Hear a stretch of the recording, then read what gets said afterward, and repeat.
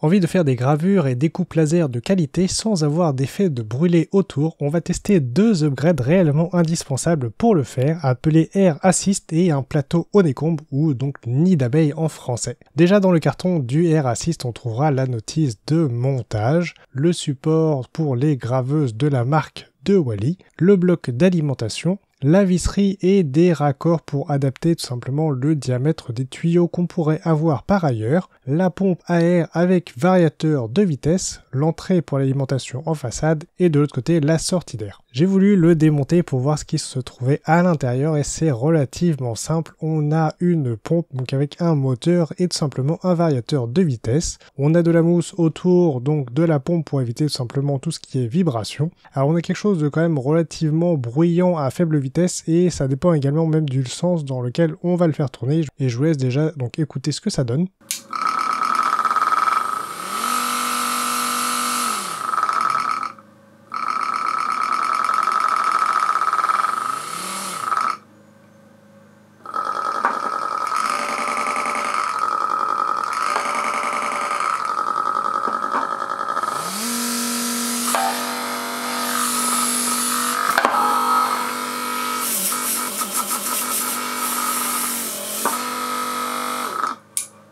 Pour le montage, une fois la pompe remontée, on va modifier le laser. Alors j'ai fait deux supports donc que j'ai modélisés pour pouvoir donc diriger au mieux le flux d'air. On va retirer le cache alimenté donc d'origine.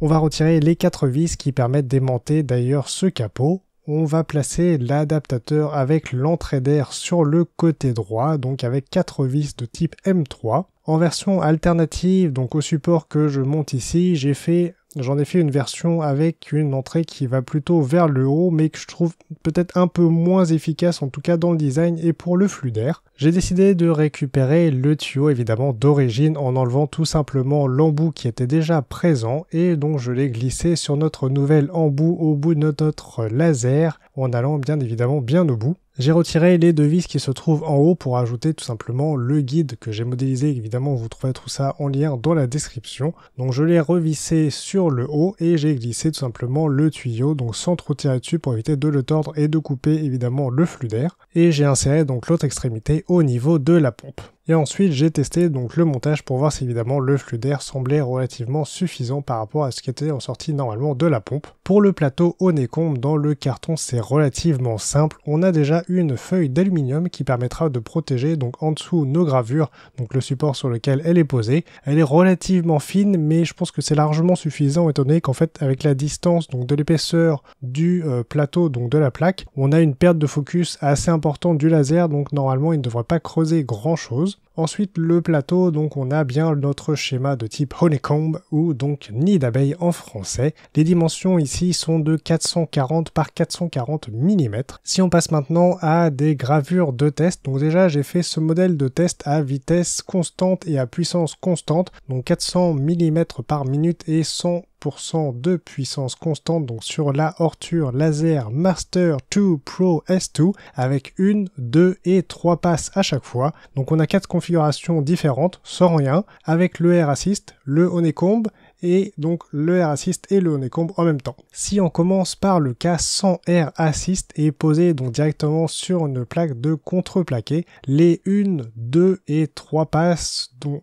ont des signes de brûlure de plus en plus évidemment importantes avec le nombre de passes, mais avec le Air Assist allumé ici donc sur la puissance maximum, comme d'ailleurs à chaque fois sur tous les tests que je réalise, on voit déjà plus de marques donc de brûlure sur le dessus, et on voit même que sur les 3 passes, donc on voit que le carré part même tout seul directement de notre découpe. Quand on retire la plaque qu'on vient de découper, on voit le carré avec les 3 passes et donc le Air Assist qui part assez facilement. En dessous, on voit une découpe légèrement plus importante avec la pompe donc à air alimentée, mais sur le contreplaqué on voit déjà plus de brûlure quand même là où il n'y a pas de Air Assist. Alors je continue maintenant avec la plaque posée directement donc sur notre nid d'abeille et je refais donc la mise au point évidemment pour garder la même distance entre tous mes tests. Comme on pouvait s'y attendre, donc la gravure sur nid d'abeille montre des marques évidemment de brûlure en tout cas sur le dessus, mais rien avec donc le Air Assist allumé. Et la découpe en 3 passes libère également directement le carré qui ne présente aucune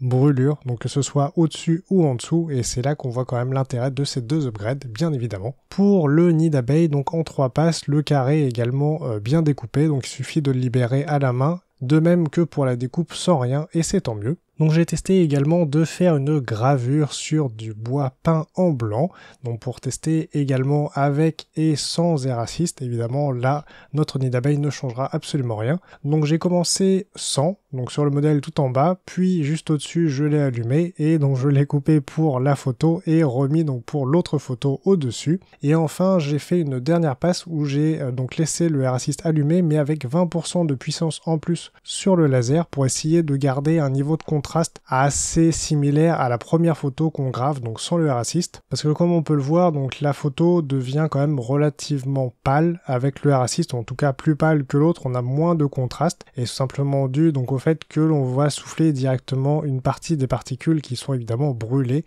et qui partiraient également de toute façon avec le temps sur la première gravure qu'on fait de la photo. Sur le dégradé, on voit que les noirs sont franchement plus clairs sur les photos. Alors on dirait que le contraste est un petit peu plus important donc sans la pompe, ce qui est évidemment normal par rapport à ce que je disais juste avant, et je trouve donc à la photo avec les 20% de puissance en plus, c'est presque un peu trop, donc pour retrouver le contraste équivalent à la première photo qu'on a gravée. Alors avec les tests que j'ai fait, donc soit ceux que j'ai montré ici ou hors caméra, j'ai vu que le R6 permet quand même de découper plus rapidement, donc là où je dois faire normalement 3 passes donc pour pouvoir découper quelque chose, là j'ai juste besoin d'en faire 2, et en plus donc on a une découpe qui n'a pas de brûlure donc sur le dessus, donc ça franchement en termes de résultats c'est quand même largement mieux. Par contre on a toujours évidemment donc les effets de brûlure qui se trouvent en dessous, et c'est là que le nid d'abeille va avoir vraiment un intérêt, donc il va améliorer la qualité des découpes en dessous, donc là où on ne le voit pas, là où on le pose, en fait pour éviter d'avoir quelque chose qui soit en appui donc sur notre plaque qu'on grave, ou autre chose qu'on grave d'ailleurs, donc pour éviter tout ce qui est brûlure. Donc en résumé, le Air Assist il permet d'avoir une découpe plus rapide, précise, et éviter donc d'avoir des brûlures sur le dessus, et le nid d'abeille permet d'éviter d'avoir les brûlures en dessous.